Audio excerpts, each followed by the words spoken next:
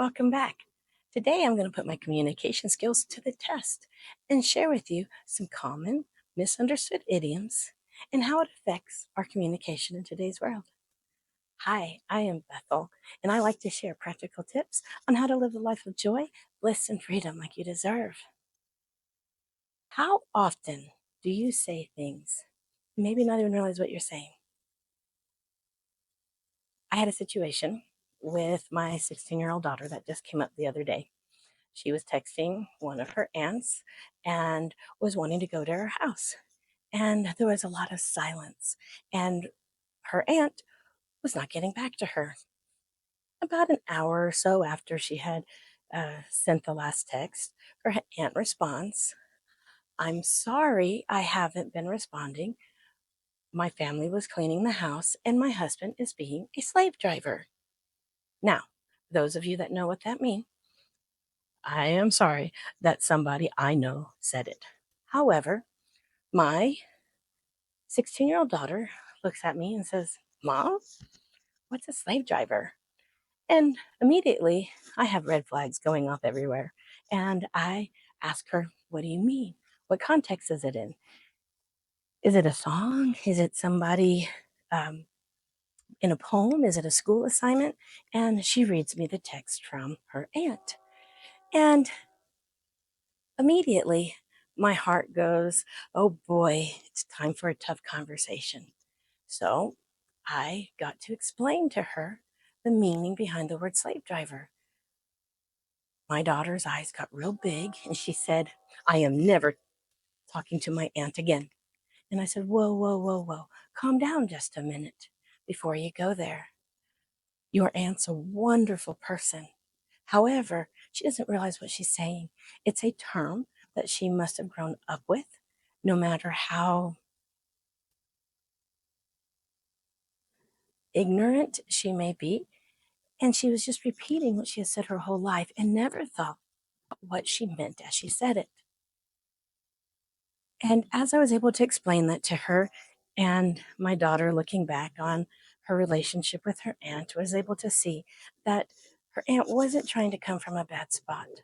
However, for somebody who knows what that means, now my daughter didn't know before, it's very offensive. My daughter, I raised her to own her voice. So she goes to her aunt and she shares with her about how she needs to stop saying that word. And she gave her the history behind it. And it got me thinking, how many times in your life, my life, anyone's around you, where we say things and we don't really understand what we're saying, or we mean something and somebody else takes it differently? Communication is such a vast problem in today's society. A study was done which said that 90% of all miscommunications come from misunderstandings. So, how, if you want to live a life of bliss and joy, can you make sure you take that 90% and bring it down as low as possible? I'll let you sit on that for a minute. I want to share some common idioms that I hear in my day that I didn't really know the history of or what I was saying until I was preparing to share this story with you guys today. And some of these came up because when I was a teacher, I got up there in the front of the classroom and the kids pointed out to me. One of my favorite stories is when I looked at one of the young little kids and I was like, "Hey, get your britches back in your seat." And they looked at me like, "What are you talking about?" They had never heard the word britches. And where I grew up, britches was incredibly common for the word pants. So what was common to me wasn't common to them. And seriously, if you want to know how you are doing with your vocabulary, go hang out with kids. They will be quick to tell you that you don't make sense. Or, like when my daughter, that you're being disrespectful and rude. How about the term, the idiom, cold shoulder? I don't know about you, but I hear that a lot, especially when I was a teenager. "Oh, let's give them the cold shoulder." we're saying that as, hey, let's just ignore them. But did you know the term cold shoulder started back in the Renaissance days? A whole bunch of people would come over to a house for a house party, and the welcome guests would get a warm, lovely piece of meat. And the ones who were not welcome were given cold, the poor parts of the beef. And it was a way of saying, we don't like you, you may go home now. And even though it's similar to what maybe you mean when you say you give them the cold shoulder, do you really want to come across as a person who would be very disrespectful and blatantly give someone cold meat to say, please leave my party? This one I have used a lot and I hear very frequently. And when I researched the history behind it, I was shocked. And I don't ever want to say this again. But how about the term let your hair down? You know, we say it as just be free and let loose. But if you research the history of that idiom, it is saying about the the olden days when the women were required to pull their hair back in tight buns, usually keep it under covering or pointed hats. And the only time they were allowed to let their hair down was when they were having sexual encounters with their lovers in the bedroom. So when you say let your hair down, you are talking about sex. I don't know about you, but as a teacher, I would not want to talk about that in front of my students. These things can be considered light, maybe not even you have to take it into big details. However, don't you want to reduce the amount of miscommunications that you may have in your life? I know I do. Being the mother of four beautiful daughters, I can't tell you how many times I have said one thing, my daughters have heard something differently, and we have conflict that could have been avoided by either party, probably both parties, being clearer with what they say and what they mean. Mean what they say. Have you ever heard that?